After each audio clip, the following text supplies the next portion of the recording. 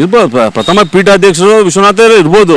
ಅದಕ್ಕೆ ಸಮಾಜದ ಮುಖಂಡರು, ಹಿರಿಯ ರಾಜಕಾರಣಿಗಳು, ಹಿರಿಯರು, ಸಮಾಜದವರು, ಸಮಾಜ ಬಾಂಧವರು, ಕುಲ ಬಾಂಧವರು ಸೇರ್ಕೊಂಡೆ ತಾನೇ ಮಾಡಿರೋದು ನಿಮ್ಮನ್ನ ಅಧ್ಯಕ್ಷನಾಗಿ.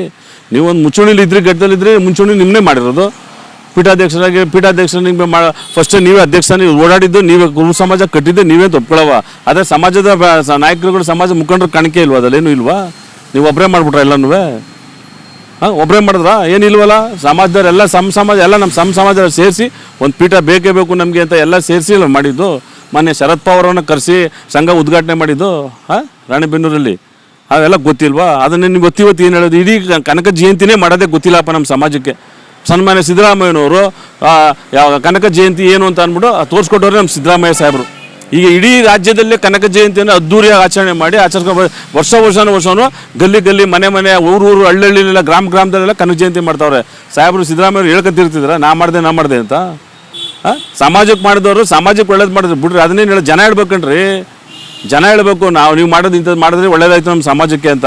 ಹಂಗಾರೆ ಸ್ವಾಮೀಜಿಗಳು, ಅನ್ಯ ಸ್ವಾಮೀಜಿಗಳು ಅವ್ರನ್ನ ಅವ್ರ ಕಡೆ ರಾಜಕೀಯ ಮುಖಂಡರನ್ನ ಓಲೈಸ್ಕೊಳ್ಳಲ್ವಾ? ಅವ್ರ ಬಗ್ಗೆ ಕೇಳಲ್ವಾ? ನೀವೇ ನೋಡ್ತಿಲ್ವಾ? ನಡೀತಾರದು ಈ ವಿದ್ಯಮಾನಗಳೆಲ್ಲ ನಡೀತಾರೆ, ನೋಡ್ತಿಲ್ವಾ? ಅವ್ರ ಸಮಾಜದ ಮುಖಂಡರನ್ನ, ರಾಜಕೀಯ ಮುಖಂಡರನ್ನ ಹೆಂಗೆ ಕೇಳ್ತಾರೆ, ಯಾವ ಥರ ಮಾತಾಡ್ತಾರೆ ಸಭೆ ಸಮಾರಂಭದಲ್ಲಿ ನೋಡಿಲ್ವ ನೀವು? ನಮ್ಮ ಸ್ವಾಮೀಜಿ ಸಿದ್ದರಾಮಯ್ಯ ಒಳ್ಳೆ ಕಾರ್ಯಕ್ಕೆ ಬೆಂಬಲಿಸ್ಲಿ ಬಿಡಿ. ನೀವು ಬೆಂಬಲಿಸ್ಲಿ, ನಿಮ್ಮ ಕೆಲಾಗಿಲ್ವ? ಸುಮ್ಮನೆ ಕೂತ್ಕೊಳ್ಳಿ ಅಪ್ಪ.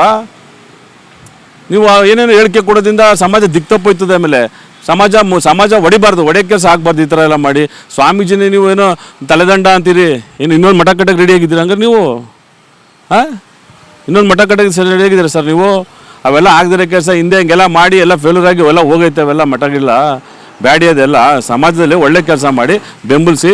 ಇದೇ ತಪ್ಪಿದ ತಿದ್ಗಳಿಂದ ಹೇಳಿ, ಅದು ಬಿಟ್ಟು ನಾನು ಮಾಡಿದ್ದು ಅಂದರೆ ಎಲ್ಲ ಸೇರ್ಕೊಂಡೇ ಮಾಡೋದು ಸ್ವಾಮಿ. ಒಬ್ಬರ ಕೈಲಿ ಏನೂ ಆಗಲ್ಲ.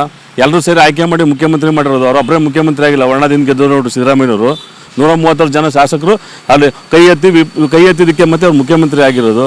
ಅವ್ರನ್ನ ಸ್ವಾಮೀಜಿಗಳು ರನ್ನಿಂಗ್ CM ಅವರು ಕುರ್ಚಿಲವ್ರೆ, ಅವ್ರನ್ನ ಬೆಂಬಲಿಸ್ದೆ. ಮತ್ತು ಇನ್ಯಾರು ಬೆಂಬಲಿಸ್ಬೇಕು?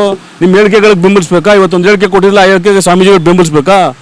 ಏನು ಅಂತ ಮಾತಾಡ್ತೀರಪ್ಪ ನೀವು? ನಮಗೆ ಗೊತ್ತಿಲ್ಲ. ನಿಮ್ಮನ್ನೆಲ್ಲ ಆದರ್ಶಪ್ರಾಯ ಇಟ್ಕೊಂಡು ನಾವು ರಾಜಕೀಯ ಮಾಡ್ತಿದ್ವೋ, ಮತ್ತೊಂದು ಮಾಡ್ತಾಯಿದ್ದೀವಿ. ಇಂಥ ಹೇಳಿಕೆಗಳಿಂದ ನಮ್ಮ ಮುಂದಿನ ಪೀಳಿಗೆಗೆ ಏನು ತಿಳಿಸೋದು ನಾವು?